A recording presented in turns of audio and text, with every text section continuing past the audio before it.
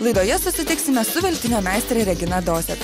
Pradėjusi nuo skudurinių onučių, ji jau kone 10 metų iš veltinio kūrė nepaprastus šedevrus. Man net dabar kartais gėda jo žiūrėti, nes jie buvo nedavelti. Papasakosime apie pirmosios lietuviškos knygos autorių Martyną Mažvydą ir šios istorinės asmenybės darbų reikšmę lietuvių kalbai. Laidą Kultūra Plius žiūrėkite netrukus. Sveiki! Artimiausią pusvalandį Baltikum televizijos eteryje su jumis bus Klaipėdos istorijai ir kultūrai skirta laida Kultūra Plius.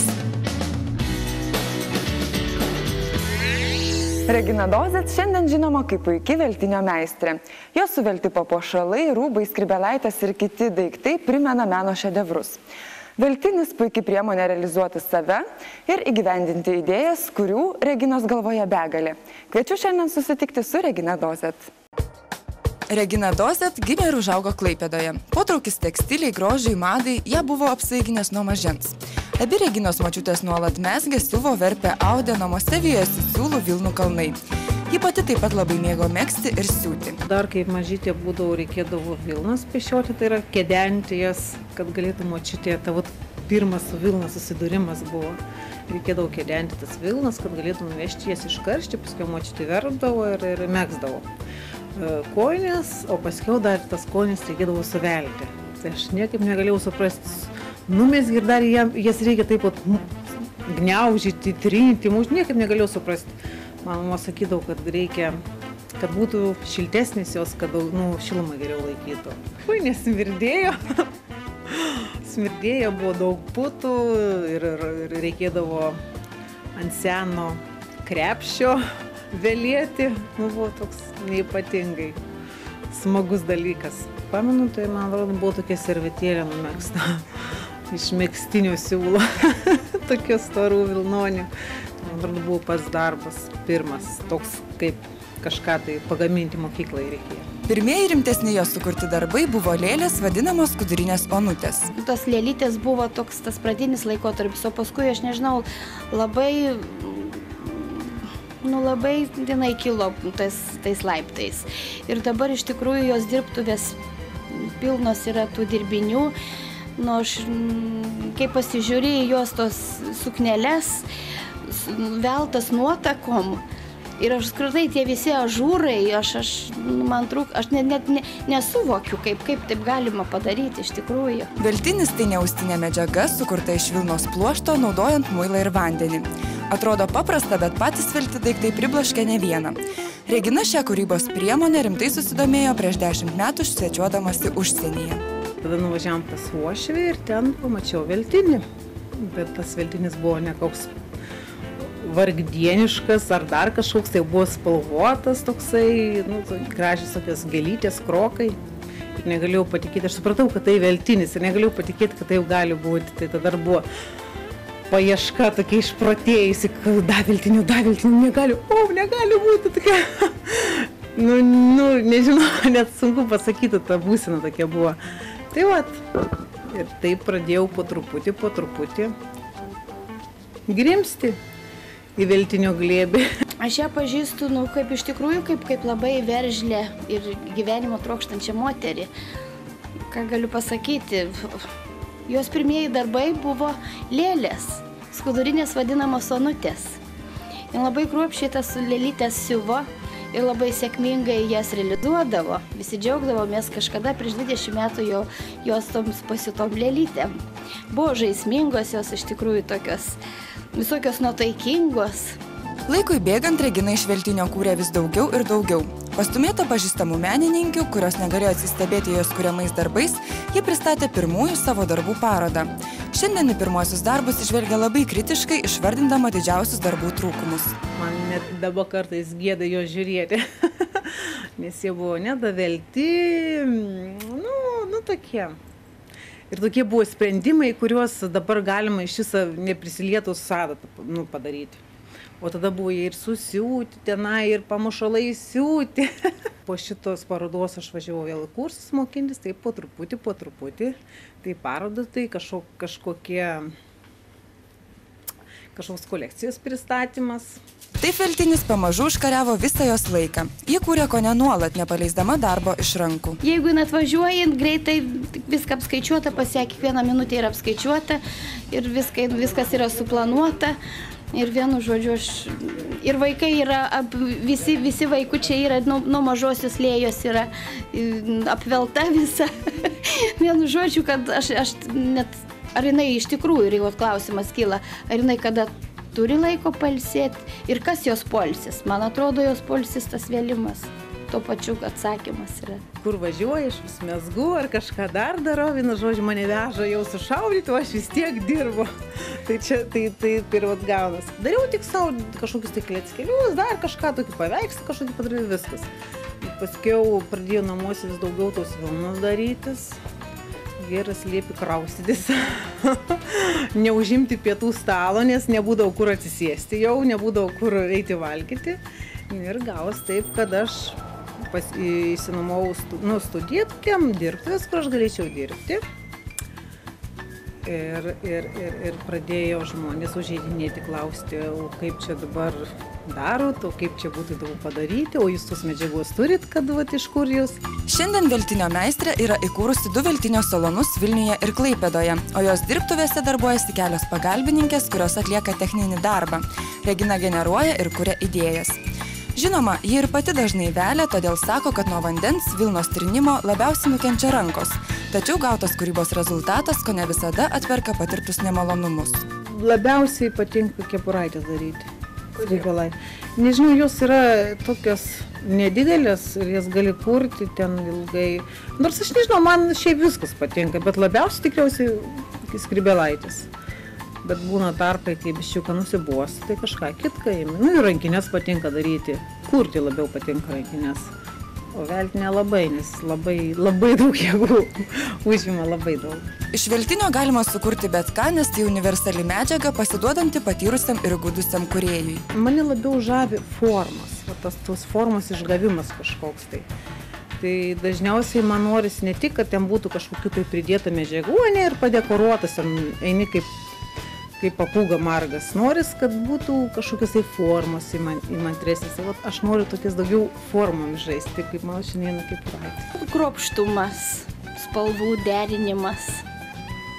Aš kaip anksčiau minėjau, tiesiog yra, man atrodo, jos spalvų tai darybai, nes jos charakteris net įsiveržė, nes jin iš tikrųjų labai yra veržli moteris, kūrybinga moteris.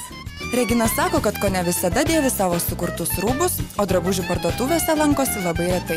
Esu priversta pirkti, nes irgi nusibosta. Tai tenka kažką tai nusipirkti, bet neypatingai. Iš tikrųjų, tai aš net man niekas neįtinka niekada. Nueinu pasižiūrėti, neįtinka. Jeigu būna dar kokia aukšta kaina,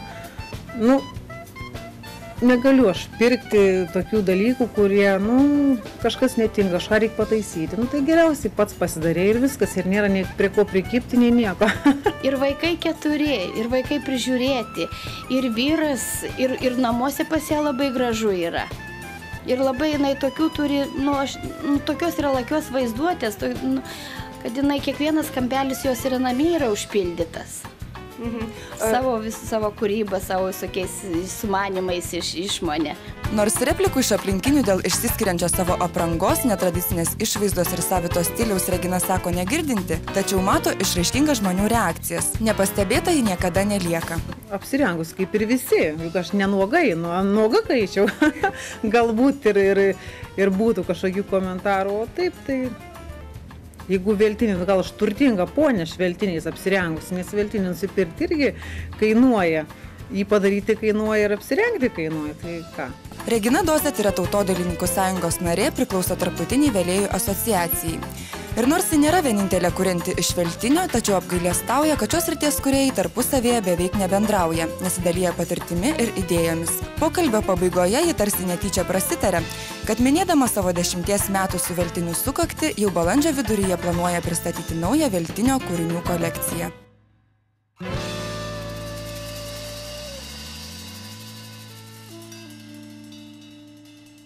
Po trumpos pertraukos papasakosime apie pirmosios lietuviškos knygos autorių, vieną iš lietuviškos raštijos pradininkų Martyną Mažvydą, o dabar Baltikum televizijos eteryje reklama.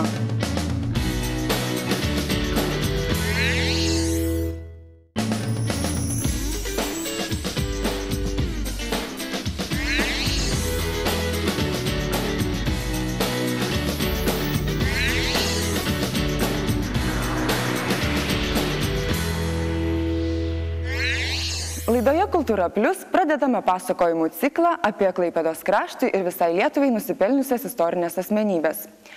Martynas Mažvydas, pirmosios lietuviškos knygos autorius, produktyviausias 16 amžiaus rašytojas, dvasininkas, švietėjas. Apie jį šiandieną ir papasakosime.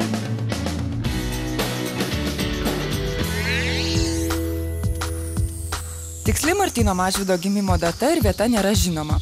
Manoma, kad jis gimė apie 1510-uosius Žemaitijoje. Aš čia būčiau tos nuomonės, kad jisai netoli nuo Priekulės jo tėviškė turėjo būti. Na, mama galėjo būti ir iš kitur šiek tiek. Šiaip ar taip su kuršiais galėjo šiek tiek sietis ir jo kalboje tas jaučiasi. Negalėjo jis nemokėti vokiškai. Dėl to ir sako, kad jis negalėjo būti gimęs anapus tas vokiečių, reiškia tos demarkacinės linijos. Man rodos, kad jisai gal silpniau mokėjo vokiškai, bet jis negalėjo nemokėti. Ir aš jį nukelčiau tada pagal jo kalbą ir pagal tą A išlaikymą. Ne prieš Viekšnos jo tėvo gimtinę, kaip kad profesorius Sinkevičius mano. Vien tik dėl to, kad kalbos vokiečių nemokėjo. Pagal motinos liniją jis galėjo būti kilęs iš bajorų, nes iš išlikusių laiškų yra išlikę 13 Mažvydo laiškų rašytų kunigaikščiui Albrechtui. Jisai guodžiasi, kad jis nemoka dirbti žemės darbų.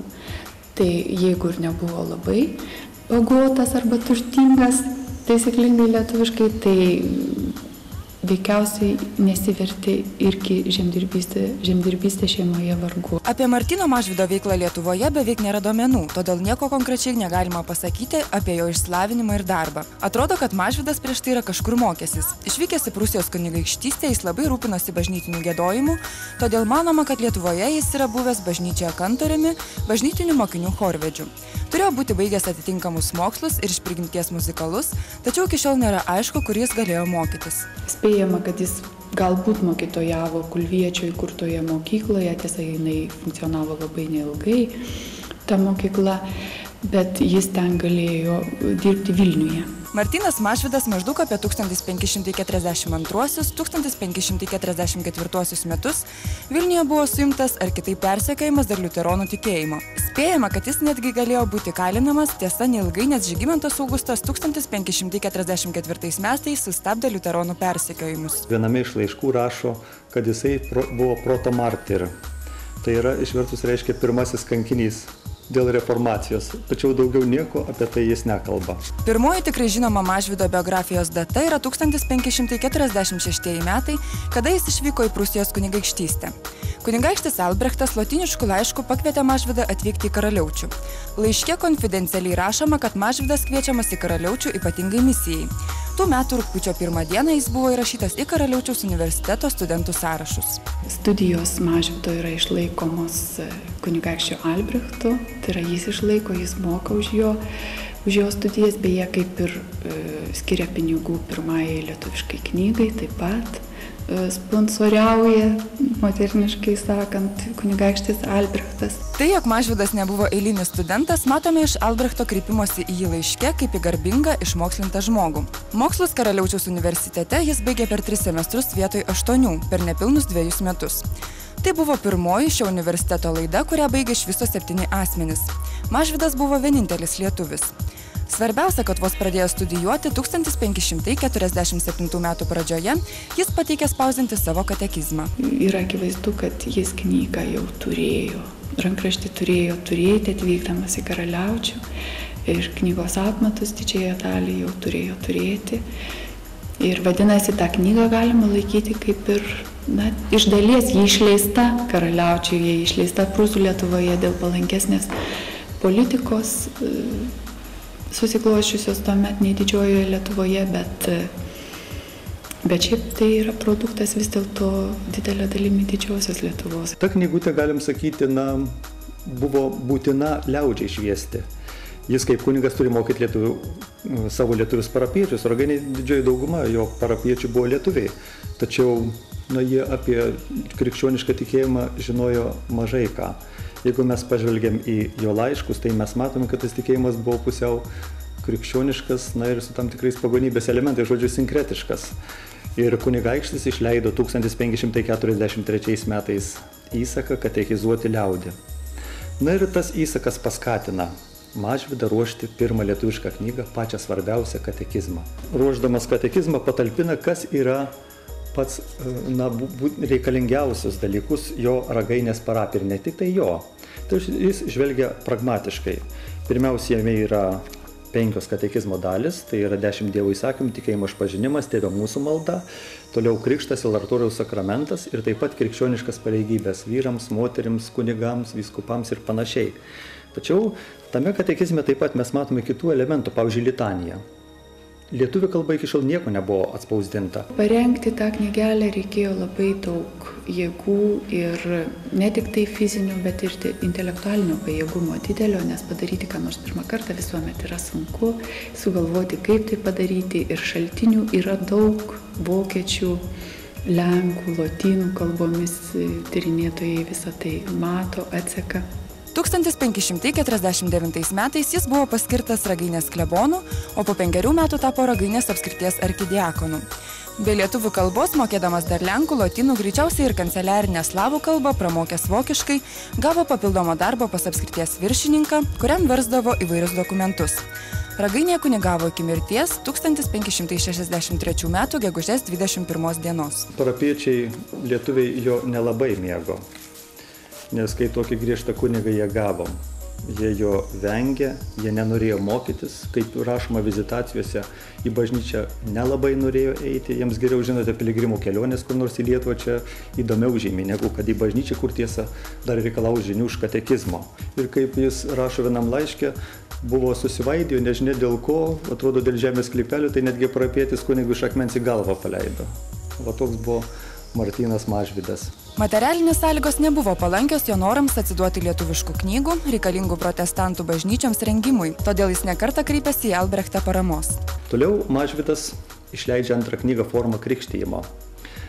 Šioje knygoje jis pateikia formą, kaip reikia apeigas, kaip reikia pakrikštyti kūdikį, o taip pat ir suaugusį žmogų, nes jis sako, kad aš atvykęs į Ragainę, radau daug kunigų, sužinau, kad daug kūdikių miršta be krikšto. Todėl jis ir parašo šitą formą krikštijimą tam, kad kunigai galėtų krikštyti lietuviškai. Labiausiai turbūt reikėtų minėti jo tą giesmę Švento Brazėjaus ir Švento Augustino ir formą krikštijimo apeigynas toksai, agenda jo išleista. Tai čia veikalai išėję dar Mažvydui esant gyvam. O kiti jau giesmyno 2 didelės dalys išėjo jau Vilento parengtos, jo pusbrolio Vilento, ir Mažvydo jau nebebuvo. Išverčia iš agendos, o tiksliau čia iš Liuterio vokiškosios mišios, kaip pravesti Eucharistijos apeigas, tai yra kaip pašventinti sakramentą. Ir ta knyga buvo būtina kunigams pamaldų pravedimui. Ragainėje Martynas Mažvydas sukūrė šeimą. Vedė didelėme skurde atsidūrusios našlaičių šeimos vyriausiąją dukterį Benigną, kartu prisimdamas globoti ir jos jaunesniuosius brolius ir seseris. Apie materialinės ir moralinės Mažvydo gyvenimo Ragainėje peripetijas ir problemas sužinome iš jo laiškų kunigaikščiui Albrechtui, kurių yra išlikę 13. Savo laiškose globėjus išsakydavo bėdas, o šis visokiojopai jį rėmė. Šiuose laiškose matome, jog daug rūpesčių jam kėlė parapijiečiai, kurie mažai galvoja apie krikščionių religiją, vengia religinės praktikos, nesilanko bažnyčioje. Iš Mažvydo raštų matyti, kad senojo tikėjimo reliktų yra gana apsčiai. Nors antrasis senosios religijos nuosmukio laikotarpis lyg ir religija senoji iš esmės neegzistuoja legaliai, tačiau iš inercijos jinai dar gyvuoja. Kita tokia irgi labai reikšminga informacija, tai yra apie tai, kaip to meto valstiečiai šventė kalendorinės ir šeimos šventes. Aiškiai matyti, kad buvo išsilaikiusi dar tradicija vis tik ta senoji paminėti pagrindinės metinės šventes. Ir šeimos papročiuose dar tebebuvo laikomosi irgi senųjų senųjų tam tikrų apeigų.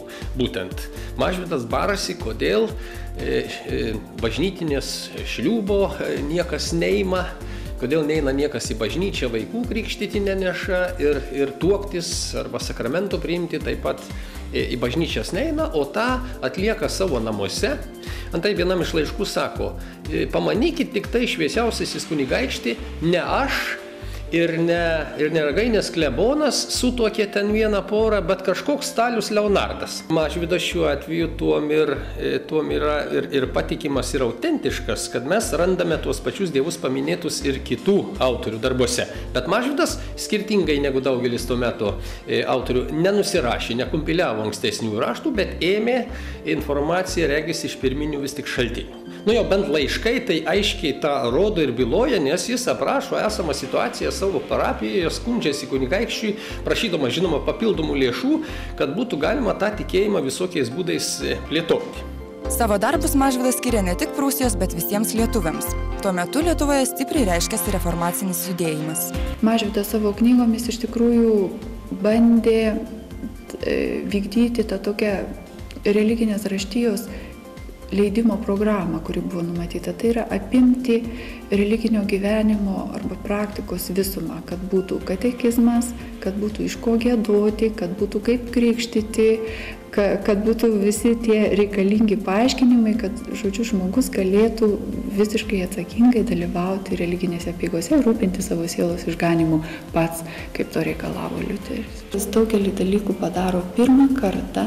Ir tai jau yra atspirtis kitiems darbuotojams, daryti geriau, daryti tobuliau. Ir jo padarytus dalykus, jo išgalvotus dalykus iš tikrųjų yra sunku pervertinti. Ir dar tas įsijungimas į vakarietišką tradiciją, perėmimas čekiškos, vokiškos, lotyniškosios tradicijos, galų gale ir neatsisakymas visiškas katalikiškos tradicijos dalykų. Mažvydo vardu šiandien pavadinami žinomi kultūros ir gamtos objektai, jo tema rašomi literatūros ir muzikos veikalai, kuriami dailės kūriniai, jo vardu vadinamos Lietuvos miestų gatvės alėjos, o 1997 metais Klaipėdoje pastatytas paminklas Martynui Mažvydui.